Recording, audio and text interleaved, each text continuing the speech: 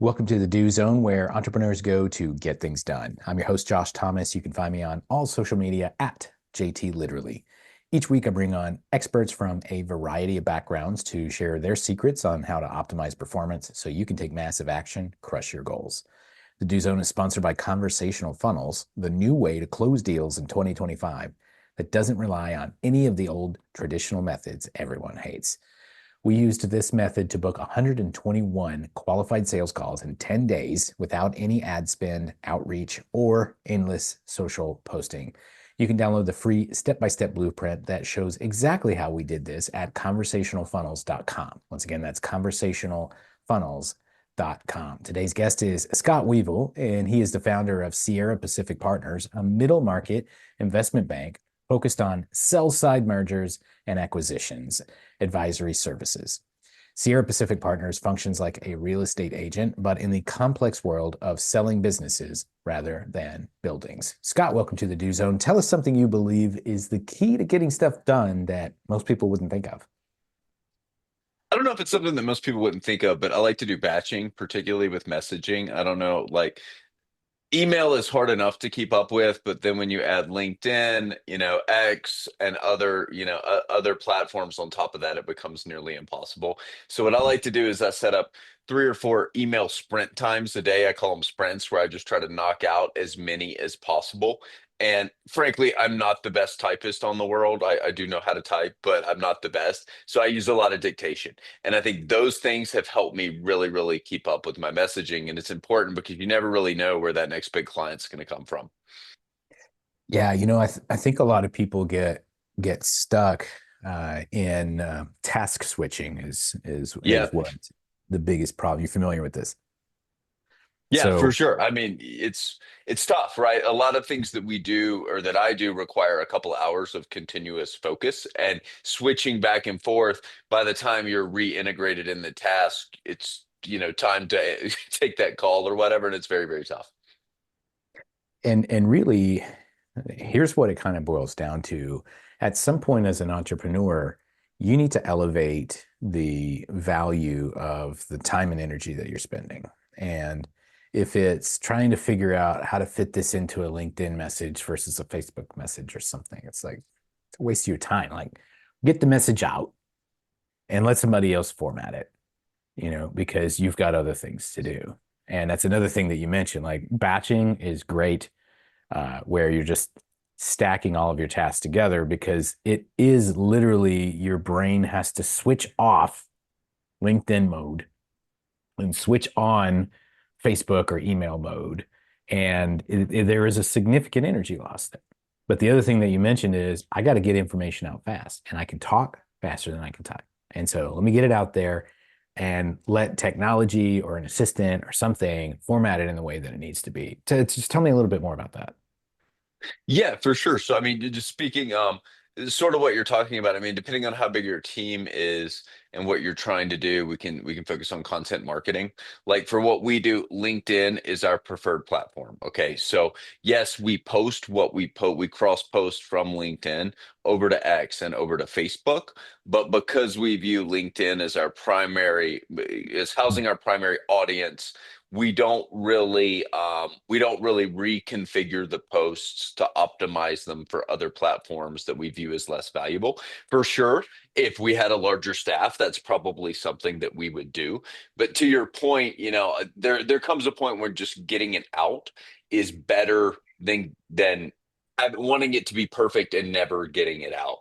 And so similar with that, a lot of what we do, my assistant will go onto LinkedIn and he will write posts, and then he'll get them all formatted and stuff because that takes quite a bit of time. And then after that, I'll typically give it a once over, because I want to change it, add a little bit of my twist to it, show that we are industry experts, not just a random marketing person. I love Sean, my marketing person, but he doesn't do his job is different than my day job, right? And so that's how we try to do it in a time efficient manner. I'm not saying we're the best at it for sure, but that's the solution we've come up with. Yeah, it's one of the things that I love about this show is, I ask, something that most people wouldn't think of, and I've gotten probably all the answers at this point. But what I like about it is I get the same answer, but like 1 degree to the right, and sometimes sometimes that's what you need. It's like, cock your head a little to the left. Oh, I get it. And from seeing it from different all these different perspectives is also essential. And so one thing that this kind of dovetails into a little bit is the things that business owners can be doing to really optimize their business for a potential exit. And one of them, like we just talked about for a few minutes, like, hey, number one, you need to get out of the weeds. You need to be doing the things that are pushing this company forward, not administrative tasks. And so what are some things that, you've seen that people really need to do to have an optimal exit, and maybe some of the things that they're doing that's sabotaging their chances a little bit? Sure. And I think, one of the things we're really talking about here is delegation, right? And I think a common block is just because you can't delegate 100% of a task doesn't mean you can't delegate 80 or 90% and save yourself quite a bit of time, right? And that's exactly what I'm talking about with our marketing for sure. And with almost any role in a company. So one of the biggest risks typically that buyers will perceive in a company of any size is what we call owner dependency. That means that the business is solely associated with the owner. There's a couple aspects to this. The first one is a marketing and branding thing, right? Like, for instance, if you are a world renowned plastic surgeon and I am a new grad plastic surgeon fresh out of training, I have some concern about buying your business for $5 million if the patients will continue to come, right? Because I'm no longer the world renowned plastic surgeon that the practice is solely associated with. So that's one example. Another example, sales relationships, right? A lot of times I'll have calls with the owner and say, yeah, everything else is pretty much handled by my team, but I'm still the main brain maker. I'm the main relationship coordinator. And that's obviously scary for buyers to hear because, there's a chance that some of the customers are mainly sticking around because of that relationship with the seller. So that's Mhm. sort of on one side. The other side I see is, Let me ask a question yep. about that really quick, because that makes sense to an extent. Like as a business owner, it makes sense for me to kind of maintain the leadership role and the relationships and those sorts of things. And so on that side, of course, it's going to be common for a lot of people to do that. And so how do you shift the mindset for somebody who runs a business to say, well, actually, it's better if you extract yourself completely. So what's the steps to kind of get that through? Because I'd imagine that's tough for a lot of people. Yeah, and sales and marketing, are sort of one of the last, as you talk about delegation, one of the last sort of domains in the business that owners tend and probably should be focused on. But I would say it sort of goes back to my delegation thing. It's maybe delegating 90% of the role. So you as the owner, you're still on the emails or taking it to outside sales, right? You're still going around with your VP of sales, but every single one of those customers now knows that VP of sales. The Mm. VP of sales is starting to do pick your outing, your golf, your pickleball, your yoga outing, right? And so they're the ones creating those relationships. And so you don't have to 100%, one day, day one, hey, I'm done. I'm never going to have customer contact again, right? It's something that, with some moderation, you can eventually over time have that relationship with some of your sales staff be actually stronger than yours. And I'll make a comment about that. I was actually working as a consultant for a company that was branded very heavily to this person. The company was literally named this person, and he wanted to position it to sell. And it's like, well, nobody that doesn't have your name is going to buy this. And so we had to change it to something that's about the industry and the product that it sells. And then the other thing that was interesting that we learned was we thought that all of these customers were coming in and buying him.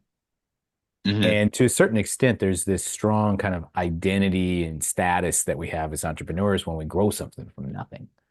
But what turns out is we started pulling him back from the delivery of the product to the point to where he was completely uninvolved. and people were still buying. It was the Right. wildest thing because we were convinced like, oh, nobody's going to do this without being, touching the robe.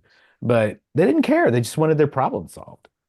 Right, exactly. And that's what you're trying to do is you're trying to build a reputation as a business that can solve problems that's not solely based on one personality. But to your point, I'm sure in that example you gave, I mean, I'm certainly not a sales consultant, but in that example, you probably didn't immediately just take him out of the business, right? You did a Yeah, yeah. test, right? And He that, I didn't think he that's didn't he didn't like keel over and yeah. die. And he Yeah, almost did. Yeah. exactly. Yeah. Um, but And the so problem. the other point though is what are some things that a business owner can do to really hurt their chances of having a successful exit? Yeah, I mean, well, the other thing I was going to add on that Yep. one quick delegation point, for sure, that is great for an exit, to have processes and systems and people in place so everything doesn't run through the owner, because that sounds miserable to a buyer. Yeah, I work 120 hours a week. I spend all day, putting out, who wants to hear that? The flip side of that too is even if you never sell, that makes the business so much more fun for you to run. You are out playing golf or boating or doing whatever the heck it is you like to do without your hair on fire because you've got systems in place, right? Um, but I would say, that's a huge one. The other things are probably a little bit less exciting, but we want to see clean financial records. So you need to be able to produce high quality financial records. And the more confidence your buyer has in those records, the higher your purchase price will be.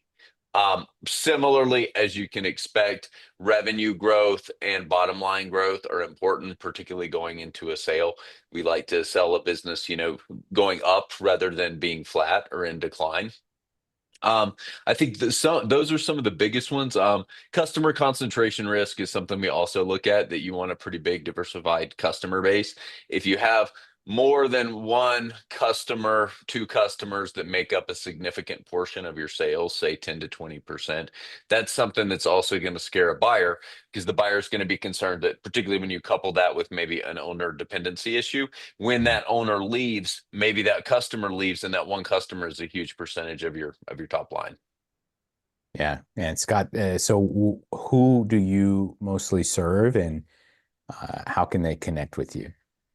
Yeah, sure. So we generally serve businesses in what I call the lower middle market. So we're pretty much in that $5 to $150 million purchase price area, which translates into probably about, I don't know, 10 or $15 million in revenue or above. We help owners, generally speaking, sell their businesses. We also do some buy side advisory work if you're looking to buy a business, and we do some capital raising too. But the primary focus is sell side M&A, and they can reach out to us via our website, sierrapacificpartners.com. Apologize, longest URL ever. And I'm Scott at sierrapacificpartners.com. I'm also pretty active on LinkedIn. As discussed, I try to stay up with my messages, but I'm not always 100%. But reach out and we'll get back to you as soon as we can. Very good. We're going to wrap up from here. Thanks so much to our guest, Scott Weavil, for joining us and sharing some wisdom about how he gets stuff done. You can connect with him directly and learn more about what his company does by going to sierrapacificpartners.com. Not the longest URL in the world. I've But a seen long way one. worse. So, whether you're on your morning commute, in the gym, or somewhere out in the field, snap a selfie, tag me at JT Literally. Show me what you do while you're in the do zone. And one more time, if you want to stuff your calendar with qualified and motivated ideal clients who want what you have, download the Conversational Funnels Blueprint for free at conversationalfunnels.com. That's it. Let's get to work. Hey, thanks for listening to the Do Zone podcast. If you're running a service-based business that's looking to grow this year, let's talk about how we can slingshot you into momentum with a quick injection of cash and sales. Our clients typically see results in as little as 7 days. To learn more about what we do, you could go to factor1.io. Once again, that's factor1.io. We'll see you next time.